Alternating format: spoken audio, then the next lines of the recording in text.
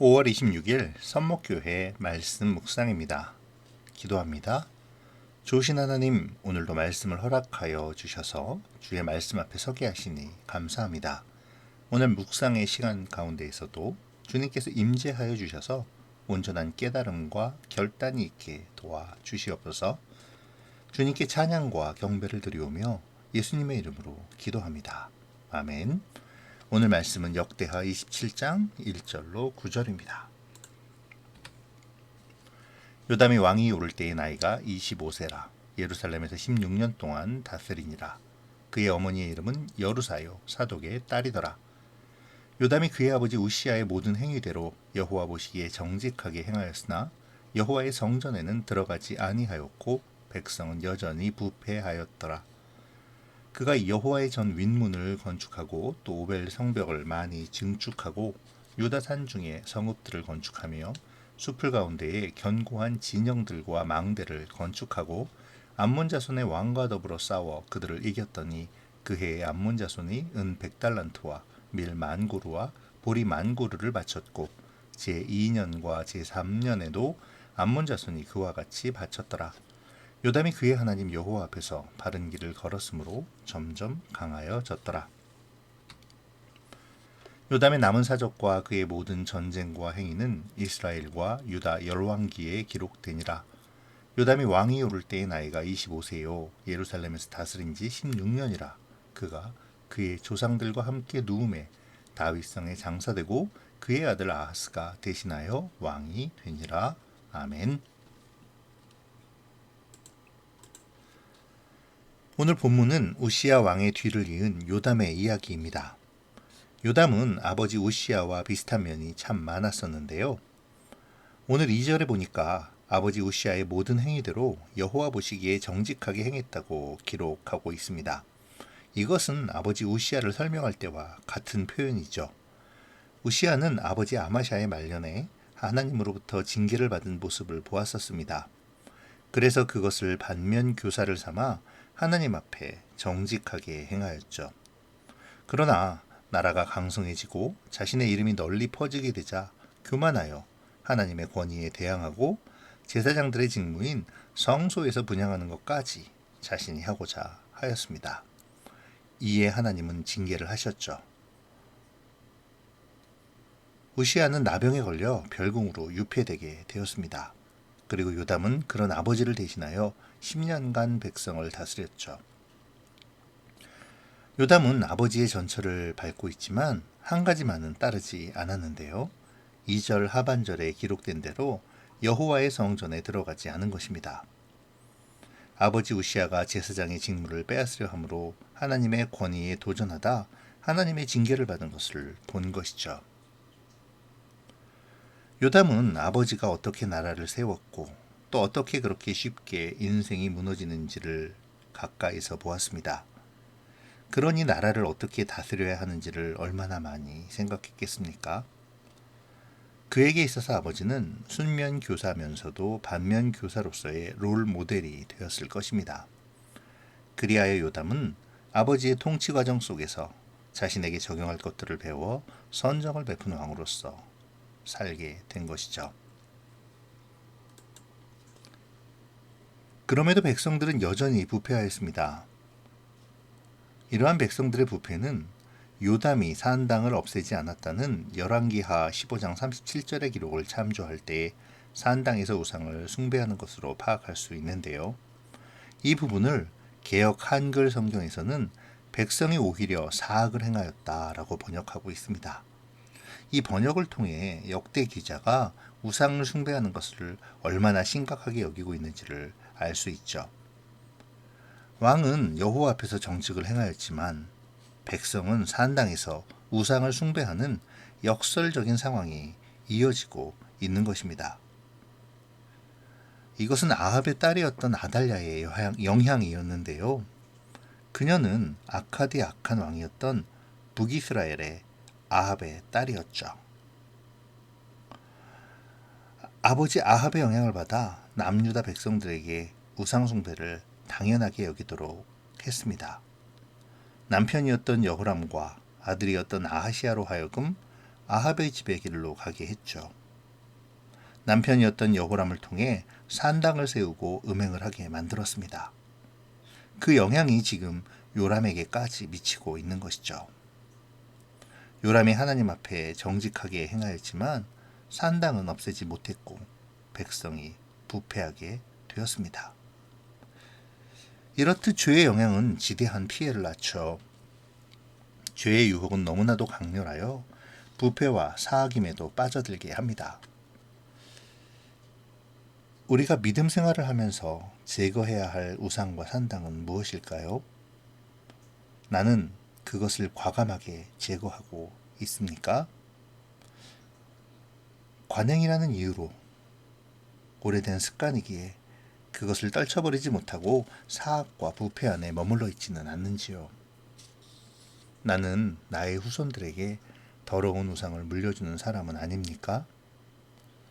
내가 물려줄 믿음의 유산이 무엇입니까? 오늘 나의 믿음과 신앙을 돌아보는 묵상의 시간이 되면 좋겠습니다. 요담은 아버지가 왕으로 있을 때 나라가 부강하게 되고 이름이 널리 퍼지게 된 이유를 잘 알고 있습니다. 그래서 그것을 그대로 계승하죠. 말씀의 교훈을 따라 결단하고 삶으로 실행하는 사람은 지혜로운 사람입니다. 요담은 아버지 우시아의 삶을 통해 하나님을 찾고 또 하나님 보시기에 모든 행위가 정직했을 때에 하나님께서 모든 것을 형통하게 하시고 명성도 높이 올려주신다는 것을 잘 알고 있습니다. 그렇기에 3절과 4절에서 아버지의 뒤를 이어 건축 사업을 하면서도 하나님의 성전의 윗문을 먼저 건축하는 것이죠. 여호와의 전 윗문은 아마도 아마시아 왕 때 북이스라엘과 전쟁을 하다 무너진 성전의 부분일 것입니다. 우시아가 성전을 건축하고 보수한 부분이기도 하고요. 요담은 아버지의 뒤를 이어 제일 먼저 하나님의 성전을 보수하고 튼튼히 세움으로 자신의 신앙관을 확실하게 드러내고 있습니다. 그 다음에 오벨 성벽을 많이 증축하고 유다 산중의 성읍을 건축하며 숲을 가운데 견고한 진영들과 망대들을 건축하는데요. 이것은 군사적인 요충지를 많이 건설하였다는 의미입니다. 오벨성은 다윗성의 북동쪽에 위치한 군사적 방위성으로 유다의 후기에 왕들은 이곳을 요새화하였다고 학자들은 주장하죠. 또한 산중에 건설되는 성읍은 견고한 요새를 뜻하는 것입니다. 숲을 가운데 견고한 진영은 숲을 가운데 매복이 가능한 곳에 군사들의 주둔지를 만들었다는 것이고요. 이렇듯 요담은 군사적으로 많은 방비를 하죠. 이러한 방비는 뒤이은 암몬과의 전쟁에서 승리를 가져옵니다. 그리고 암몬으로부터 은 100달란트와 밀 10,000고르와 보리 10,000고르를 조공으로 받죠. 이러한 과정을 역대 기자는 6절에서 요담이 그의 하나님 여호와 앞에서 바른 길을 걸었으므로 점점 강하여졌더라 라고 기록하므로 역대기의 기록 목적을 다시 한번 보여줍니다. 여호와 앞에서 바른 길을 걷는 것, 이것은 쉬우면서도 어려운, 그러나 어려우면서도 쉬운 길이죠. 하나님의 말씀을 듣고 그대로 행하는 것입니다. 오늘 요담의 모습은 그 점을 분명히 알려주죠. 그는 우시아의 길을 따랐습니다. 그러면서도 여호와의 성전에는 들어가지 않았죠. 그것은 제사장의 역할과 권위를 존중하고 하나님의 거룩성을 구별한 것입니다. 왕으로서 정치적인 권력과 제사장의 종교적인 영역의 지도력을 구분하여 존중함으로 자신의 한계를 지킨 것이죠. 여호와 앞에서 바른 길을 걷는 것, 나의 한계를 인정하고 하나님의 권위를 인정하여 하나님의 인도하심을 따라 내가 해야 할 일과 하지 말아야 할 일을 구별하여 지키는 삶. 오늘 말씀을 통해 나의 삶을 묵상하면 좋겠습니다.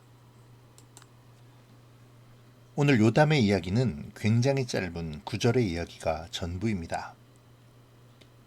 그리고 이 짧은 9절 속에서도 요담의 실제적인 이야기는 단 4절에 불과하죠. 그런데 이 짧은 요담의 이야기에서 역대 기자는 굉장히 이례적인 기록을 남깁니다. 바로 1절과 8절의 반복이죠. 1절에서 역대 기자는 요담의 일대기를 이렇게 시작했습니다. 요담이 왕위에 오를 때의 나이가 25세라 예루살렘에서 16년간 다스리니라.